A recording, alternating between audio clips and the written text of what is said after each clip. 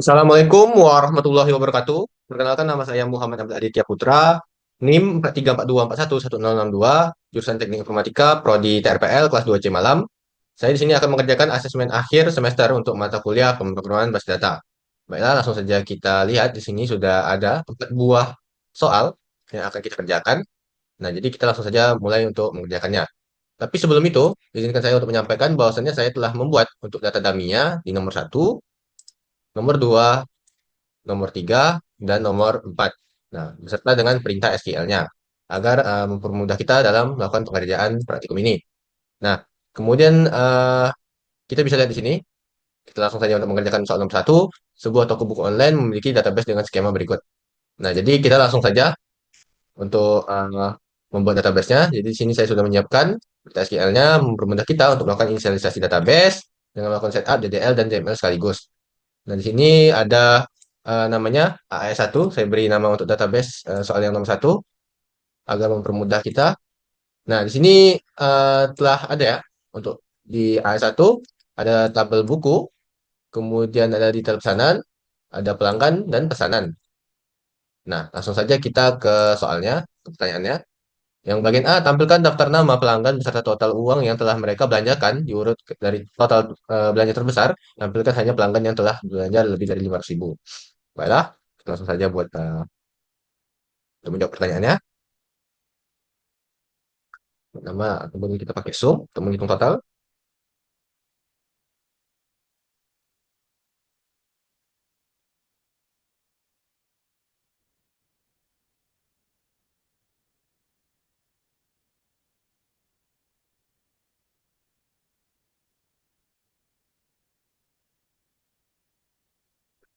Sini,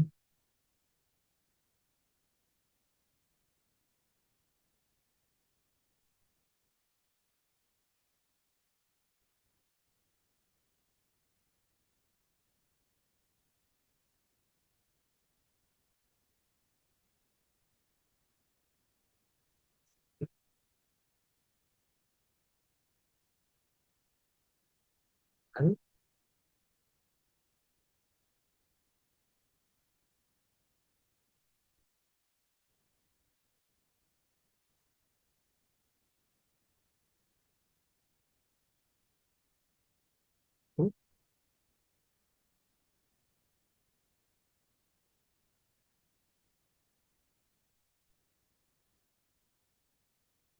lakukan grouping sini, group by,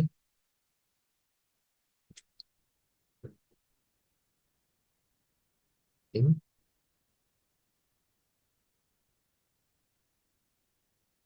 kalikan. Nah, nah, jumlahnya lebih besar dari 500.000 yang belanjanya ya. Kemudian, dan, baik,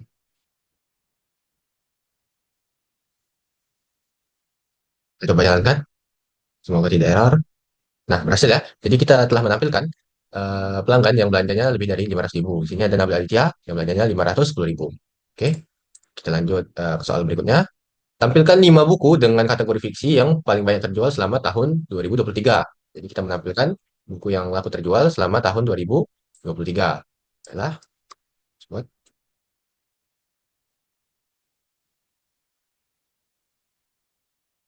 lagi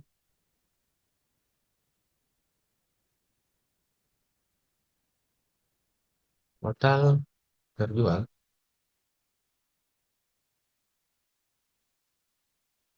Misalkan,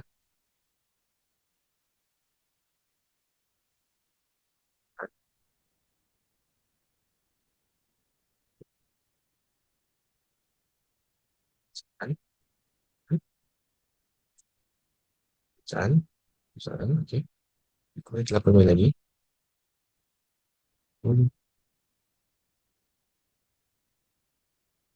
Buku dan info. Nah, ini berdasarkan where. Jangan lupa berdasarkan kategorinya kan. Kategori, gitu kan, fiksi gitu kan. Kategori yang diminta.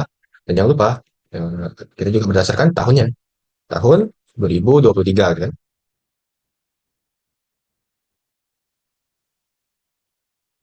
Hmm, pokoknya jangan lupa 2023. Itu tiga. Kita lakukan grup lagi. Grup,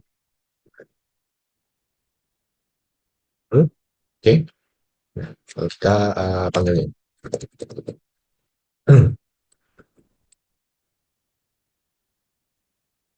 Terjualnya kita panggil cara discounting. Dan jangan lupa kita batasi 5 ya. 5 buku yang laku terjual ya. Selama tahun 2023 yang terbaik. Oke, kita coba. Ups, ada error. Gimana kak itu? Kita lihat di sini pesanan dari buku fiksi. Buku total terjual. B judul. Hmm,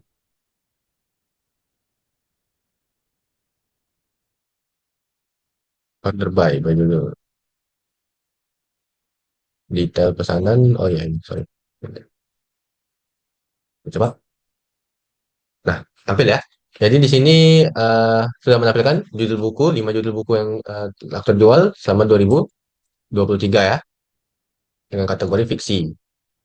Nah, sudah menjawab, kita lanjutkan ke bagian berikutnya, bagian C, tampilkan nama pelanggan yang tidak pernah melakukan pemesanan sama sekali. Jadi pelanggan yang tidak eh, pernah memesan buku gitu. Coba saja, kita melakukan select sini, menggunakan namanya. Ma, from, kan, B, kemudian link,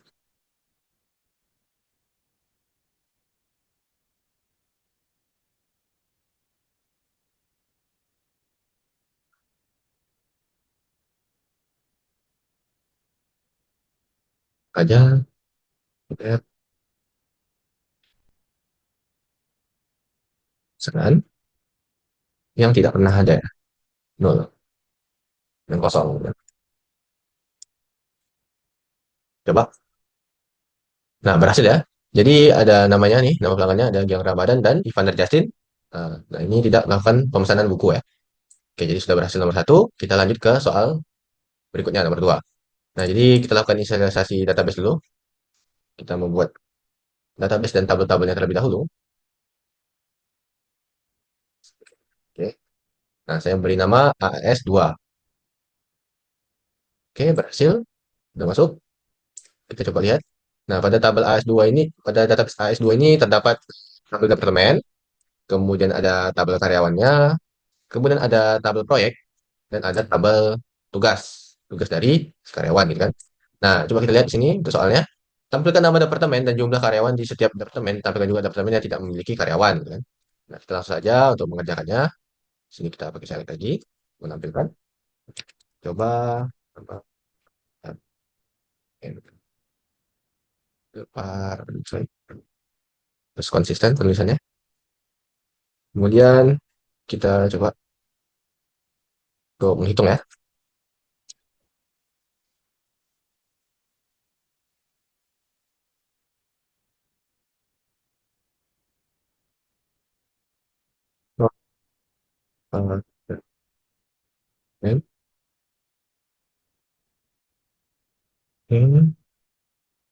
Dari sini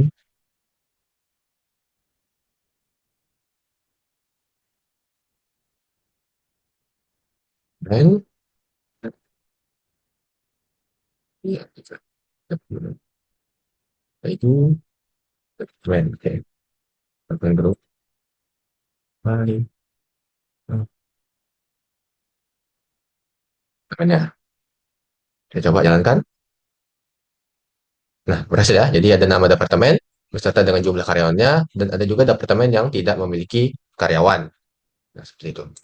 Jadi sudah menjawab. Kita lanjut ke bagian berikutnya. B. Temukan nama lengkap karyawan yang memiliki gaji di atas rata-rata dari seluruh karyawan yang ada gitu, di perusahaan. Kan. Nah, kita coba untuk menampilkannya. Kita menggunakan syarat ini. Nama lengkapnya ya. Dia. Kemudian sama gajinya. From Fahri Irwan.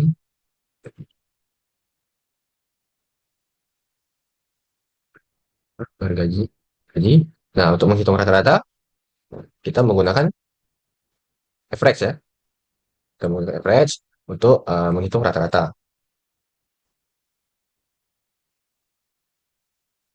Kan? Sudah, coba kita coba tampilkan. Nah, berhasil ya. Jadi ada karyawan dengan gajinya di atas rata-rata karyawan-karyawan lainnya. Gitu ya. Nah, kemudian kita lanjut ke soal berikutnya. Tampilkan nama lengkap karyawan dari Departemen IT yang sedang tidak mengerjakan proyek apapun. Nah, jadi langsung saja kita tampilkan karyawan di Departemen IT yang tidak melakukan, eh, tidak mempunyai tugas ya. Ini proyek.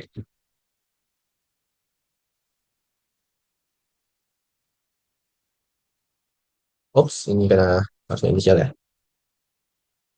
Nah, coba ini. Kemudian lanjut saja.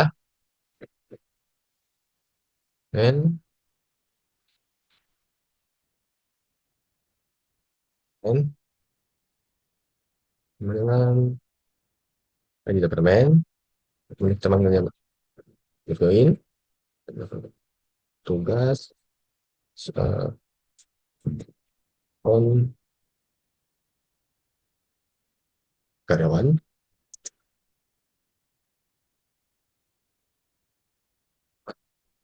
ini where kita buat departemennya tadi, departemen apa IT ya, IT. Kemudian dan juga yang tidak ada tugas, tugasnya tidak, tidak ini kita panggil aja tugasnya jadi tugas is null ya, yang kosong. Coba kita tempatkan. Nah, tampil ya. Jadi ada karyawan. Nah, ini ada Zidan Gensopa dan Nietros Dipora. Dia tidak memiliki tugas. Nah, mereka ini adalah karyawan IT di Departemen IT. Lanjut saja kita mengerjakan soal berikutnya, soal nomor 3. Buatlah storage prosedur dari bernama proses kelulusan yang menerima NIM sebagai parameter prosedur ini. Nah, jadi ketika mahasiswa SKS-nya sudah sampai 144 atau lebih gitu kan, maka dia lulus ya. Masih diluluskan. Jika tidak, maka belum memenuhi syarat. Nah, kita buat untuk database terlebih dahulu ini ya. SIA ya. Nah, jadi kita langsung saja untuk membuatnya. Di sini saya sudah menyiapkan untuk database dan tabel-tabelnya. Kita buat saja namanya AS3. Gitu kan. Oke, kita coba refresh. Nah, ini dia ya. Nah, pada database AS3 ini terdapat tabel mahasiswa, kemudian tabel mata kuliah, dan tabel nilai gitu, nilai dari mahasiswanya. Nah, langsung saja kita membuat storage prosedur yang diminta. Kita buat sini, coba buatnya. Oke, delimiter ya. Create prosedur. Namanya kita bisa lihat sini namanya proses kelulusan. Proses kelulusan. Ini proses.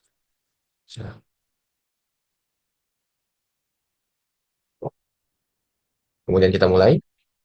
Belum itu kita lakukan lagi deklarasi, deklar. Nah, kita lakukan untuk SKS-nya harus integer.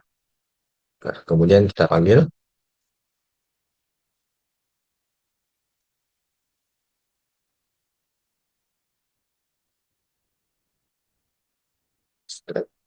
nah, dari mahasiswa.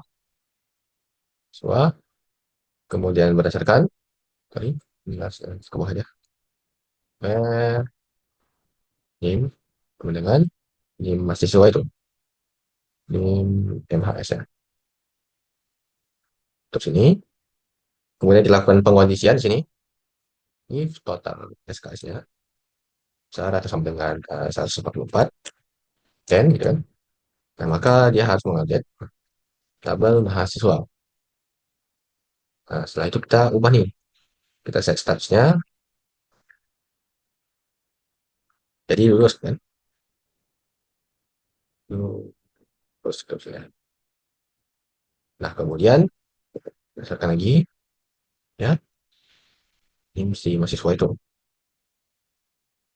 Nah, langsung saja kita buatkan pesannya. Cap mahasiswa NIM MHS berhasil diluluskan kan. Kalau permintaan misalnya diluluskan, kemudian kita tutup dulu, jangan lupa. S pesan pesannya ya. Kemudian kita jika katanya jika maksudnya jika di luar itu kita tidak memenuhi kriteria kita copy aja sesuai dengan NIM ini ya kita copy sini ya, sesuai dengan NIM masih diluluskan. Nah ini masih sesuai dengan NIM ini belum memenuhi syarat kelulusan. Kita copy aja. Nah belum memenuhi syarat kelulusan, oke. Kemudian kita tutup pengkondisiannya, tutup. Kemudian terakhir dari kita coba jalankan ya. Nah, berhasil ya. Nah, jadi untuk prosedurnya sudah berhasil kita buat. Nah, untuk mengeceknya kita bisa lakukan pemanggilan di sini. Kita coba panggil. Kemudian jangan lupa untuk nama surat pengguna, saudara. Kelulusan. Kemudian bisa kita panggil untuk NIM-nya. Misalnya saya dimasukkan NIM saya di sini. Oke, kebetulan ini adalah NIM saya. Saya coba. Sorry, ini ada salah sebetulnya. Harusnya, nah, seperti ini. Kita copy terlebih dahulu. Nah, sudah tampil ya, masih sesuai dengan NIM 342411062 berhasil diluluskan. Nah, atau kalau kita mau coba NIM yang lain, misalnya, kita coba ya, NIM random 6. Nah, mahasiswa dengan NIM 43 belum memenuhi syarat. Nah, dengan cara seperti ini kita sudah berhasil menjalankan prosedurnya ya. Nah, jadi yang A sudah menjawab, kita lanjut ke B. Buatlah sebuah function bernama hitung IPK yang menerima NIM sebagai parameter dengan mengembalikan return nilai. Suatu SKS kali mau nilai. Nah, langsung saja kita buat untuk soal yang bagian B. Di sini kita membuat sebuah function ya. Untuk membuat function. Di sini kita pakai create function. Namanya tadi hitung IPK ya. Kemudian kita panggil berdasarkan sesuainya. Bentar. Kemudian kita mengembalikan tor 4,2. Nah, jadi kita tentukan di sini untuk bentar kita deklarasi dulu. Bentar. Nah, kita deklarasikan IPK-nya. Nah, kita tentukan di sini untuk IPK harus desimal dengan nilai 4 kan. Sebenarnya kemudian dua angka belakang koma makanya sih kita kasih koma 2 kan. Misalnya 4, sekian sekian kan. IPK seperti itu biasanya penulisannya. Jadi kita buat set seperti itu. Kemudian kita menampilkan K ya, kemudian buat case ini N I huruf ya. N itu adalah nilai huruf. Ini when A dia dia mau menjadi nilai angka kan nilai huruf angka nilai huruf. Nah ini kita lihat di sini. Baik, sesuaikan aja kita copy C dan D. Kemudian juga kita sesuaikan. Oh, ya, satu. Kemudian atasnya jangan lupa. Oh, kemudian ya, coba zoom. Oke, itu IPK. Oh, nilai. Nilai. Kita tentukan di sini mata kuliah kuliah MK on nilai kode MK kan MK kode MK where NIM dengan NIM mahasiswanya. Kemudian kita kembalikan sini return IPK-nya, kembalikan nilainya dan terakhir kita tutup. Nah, saja kita coba menjalankannya. Nah, berhasil ya. Jadi di sini kita sudah berhasil membuat fungsinya. Kalau kita mau mencobanya, kita bisa lakukan pemanggilan untuk fungsinya dengan menggunakan select, kemudian nama fungsinya tadi yang telah kita buat sebelumnya. Kita coba masukkan NIM saya aja. Kedua, lepas satu, 062, kan? Udah, udah kurang ini ya. Kita sekali peganya ya. Itu apa nih peganya? Nah, kita coba copy aja misalnya, eh, random misalnya 43, nah, jadi 5 misalnya, contoh.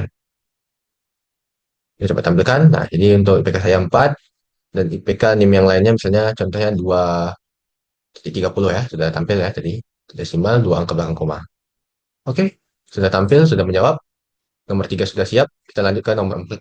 Nah, di sini kita ada sistem manajemen toko inventaris ya. Sini kita eh, pertanyaannya buatlah trigger dengan nama update stok setelah penjualan. Nah, jadi kita langsung saja untuk membuat triggernya.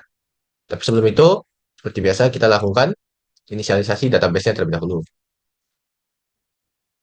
Di sini, jadi kita beri nama AS4 ya. Coba kita jalankan. Oke, berhasil. Nah, kalau kita lihat di sini di database AS4 terdapat tabel tabel detail penjualan, kemudian log stok rendah, kemudian penjualan, dan ada tabel produk, gitu kan. Soalnya di sini kita harus membuat trigger untuk mengurangi nilai pada kolom stok tadi yang ada di tabel produk berdasarkan jumlah barang yang terjual, gitu kan. Jadi kalau ada transaksi, dia mengurangi produk, gitu kan. Setelah mengurangi stok trigger harus memeriksa apakah sisa stok. Nah, jadi setelah itu kita lakukan kita mengecek apakah dia berhasil mengurangi atau tidak. Nah, kita coba aja langsung untuk buat triggernya. Kita melakukan sejalan meter di sini. Scroller untuk trigger, create trigger. Namanya, nama triggernya kita copy aja sini. Update stock. Ya. Update stock setelah penjualan. Kemudian trigger akan dijalankan. Start insert. Setelah ditambahkan.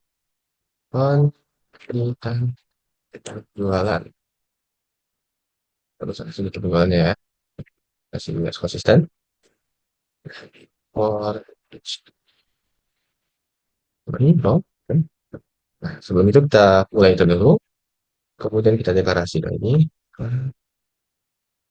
Sisa stok integer kan. Sisa stok kan integer ya. Jangan bulat. Oke, langsung update produk. Nah, kita coba sini set untuk stoknya kan. Stok sama dengan stok dikurang jumlah yang baru gitu. Lah, kemudian lihat lagi produk. Sah, produk. Kemudian kita untuk menampilkannya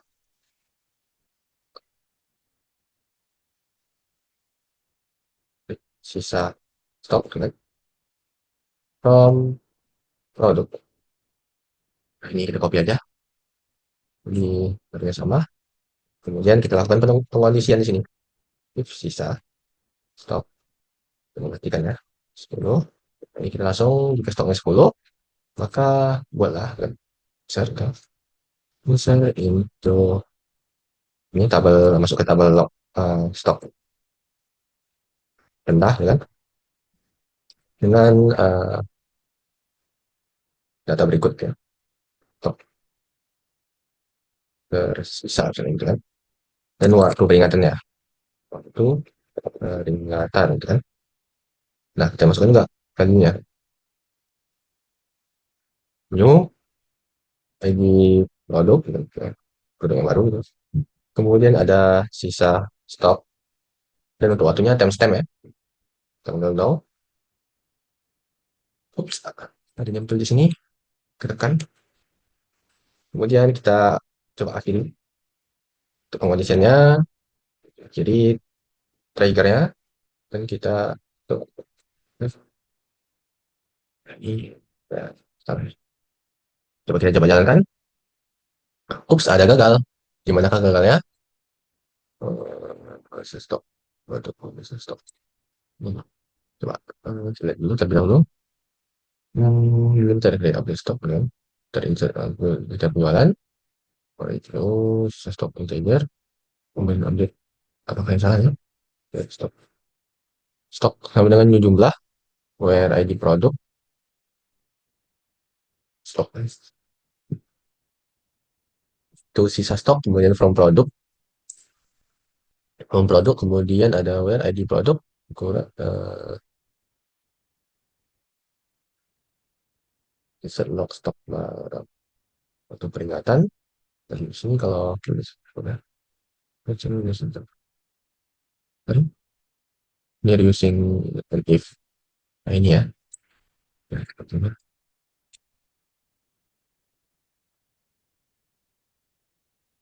kita jalankan, kenapa ini? And if.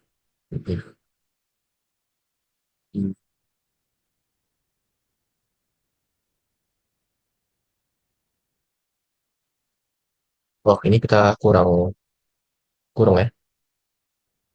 Oops, produk in new. Yang errornya di sini ya, produk in new. Ups, ini kita kurang titik. Kemudian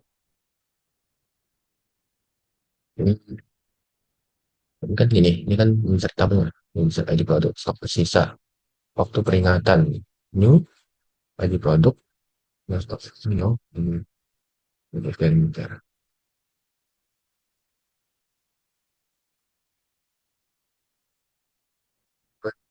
Produk, from produk, select, bisa stok. Again, kemudian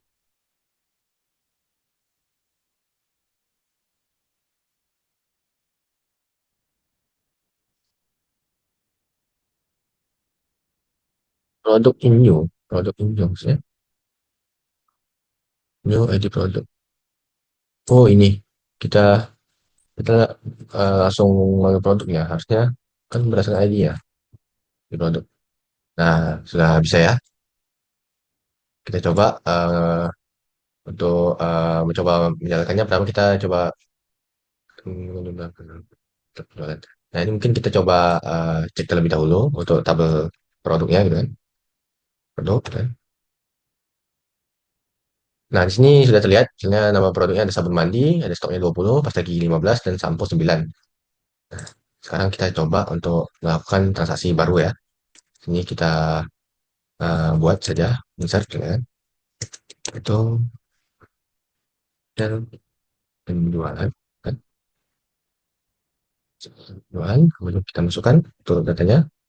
Data ini file, kemudian ini penjualan, ini produk, kemudian ada jumlah yang begini, kemudian masukkan juga. Oh, dan saya 11 contohnya ya, untuk mengurangi stoknya gitu kan. Dan kita jangan kasih titik koma. Kan ada error nih. Gimana kan ya? Ini. Nah, berhasil ya. Nah, jadi kalau kita lihat di sini, kalau kita coba ke produk lagi, nah, kita lihat di sini yang sabun mandi yang tadi 20 sekarang sudah berkurang menjadi 9. Nah, artinya sudah berhasil ya. Nah, kalau kita untuk memastikan lagi apakah dia sudah masuk ke eh, tabel peringatannya di log stop rendah, ya kan? Kalau kita cek di sini, nah ini sudah ada ya. Nah, beserta dengan waktu peringatannya saat ini yang membuat transaksinya gitu kan. Kemudian ada stoknya sisa 9 kan, lebih dari, maksudnya kurang dari 10 gitu kan.